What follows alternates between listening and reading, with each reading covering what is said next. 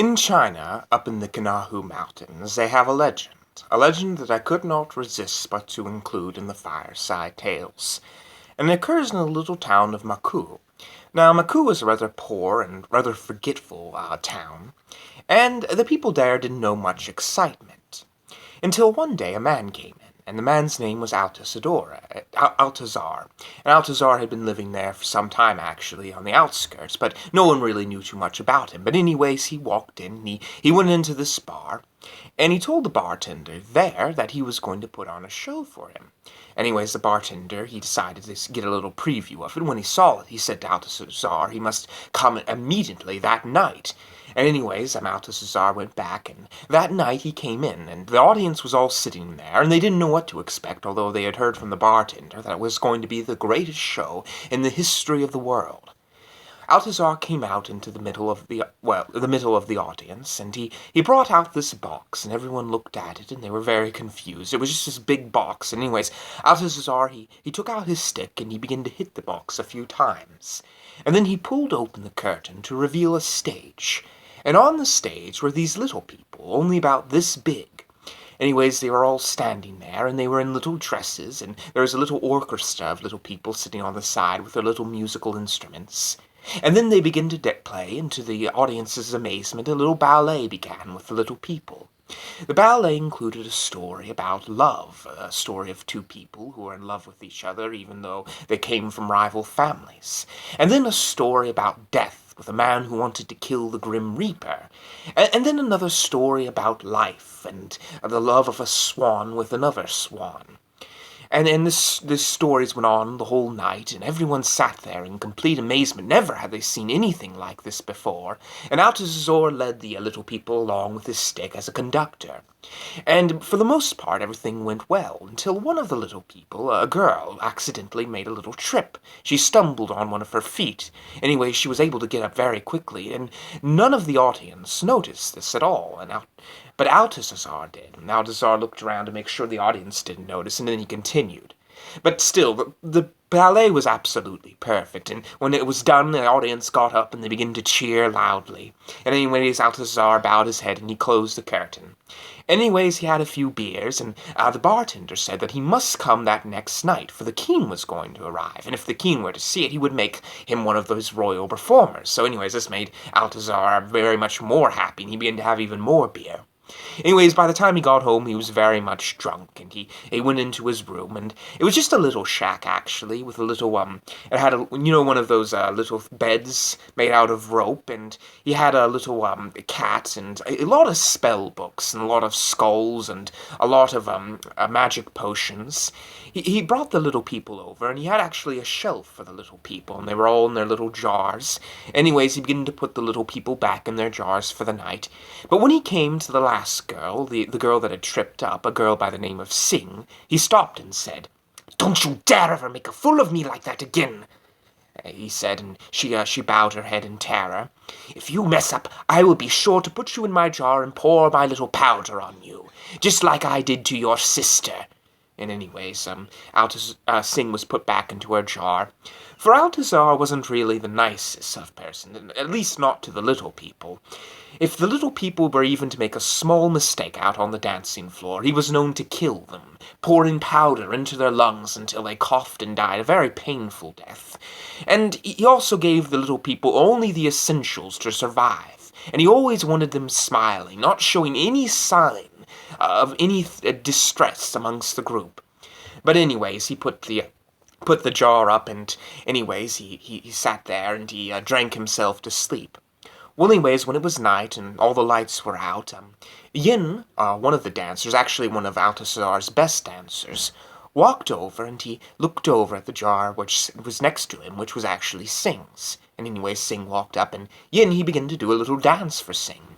And Sing, when she saw that he was done, did a little dance for him.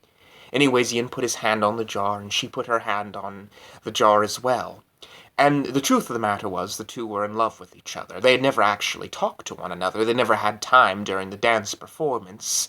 And they only knew each other by hand gestures and by the looks they gave one another through the jars. Well, anyways, the next night, Altazar came and he did his little performance before the king. And Altazar was rather afraid that something would go wrong. The whole time he thought that. But nothing went wrong. The performance was perfect, and the king watched with wide eyes, and he was amazed. He loved every single part. He laughed at all the right parts, and he cried at all the right parts. And when he was finished, the king came up and said that he was going to make him one of his royal performers. He was going to serve him, and he was going to have plenty of money and all the women he could desire. And this made Altazar very happy, and he was told he could come to the palace the very next day. So anyways, Altazar had a few more drinks, and when he got home, he began to put all the little people back in their jars. But when he came to sing, he stopped and he put her down on the table and said, "Well, you didn't do a bad job tonight. However, I know that you'll slip up at some point, and I can't have that in the king's palace." So he grabbed hold of the girl and he put her in a jar and he said, "I'm going to kill you now, just like I did your little sister." And then he grabbed hold of the powder, and he began to pour the red powder in. Anyways, Sing began to cough, and she began to hit her hands against the jar. Anyways, Yin watched in terror. And Altazar looked over and noticed this, and he went over and he grabbed hold of Yin, and he put him down on the table. "You don't think I noticed how you looked at her, did you?" said Altazar. "Oh, yes, I've been aware of the two of your little love affair. Well, watch as your little girl dies in here," he said. "A big creature like me always takes care of little creatures like you. You know something. You want to know what I am, little one. I am God. That's what I am." Anyways, Yin looked in terror, and he wished that he could just go in there and save his little friend. But anyways, as he began to continue to laugh, Yin looked over and he saw a knife, and he picked it up. And as Altazar went over, I forget why it was that he went over and looked down at Yin. Maybe he just wanted to terrorize him some more. But the moment he did this, Yin was able to pick up the knife, and incredible show of strength and courage, he stabbed Altazar straight in the eye.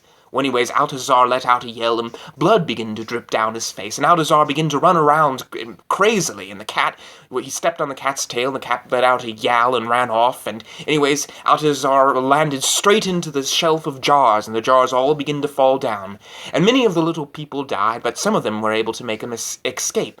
But anyways, eventually Altazar tripped over a chair and landed his head straight down on a table, and he laid there on the floor. Anyways, Yin, he ran over to the jar where the powder was being poured and began to push at the jar. And again, I don't know how he managed to do it, but he was able to push the jar down, and he was able to get Sing out of there, and he pulled her out, and he wasn't sure if she was alive or dead, but he began to push at her chest, and finally she let out a cough, and she was indeed very much alive. And Yin, he hugged her, and the two of them decided to find a way down from the table. Anyways, they went over and looked down at the sorcerer, who was Altazar, and they realized that he was, in fact, very much dead.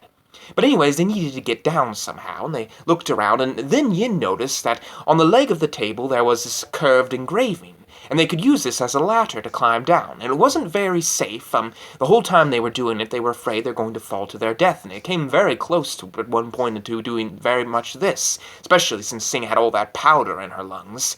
But anyways, eventually they were able to get down, and they crawled out from underneath the little door crack, and they began to walk out into the open world.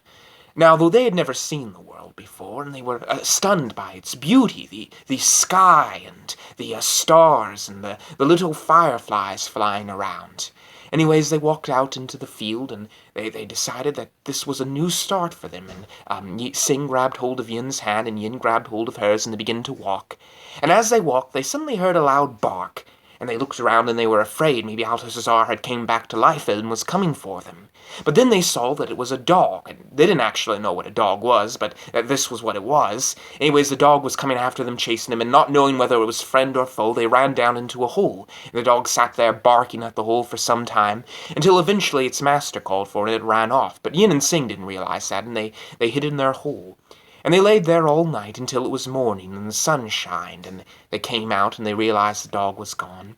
And they realized that they were indeed heading into a new life, a whole new place. And we'll find out what happens to them some other night. But for now, to be continued.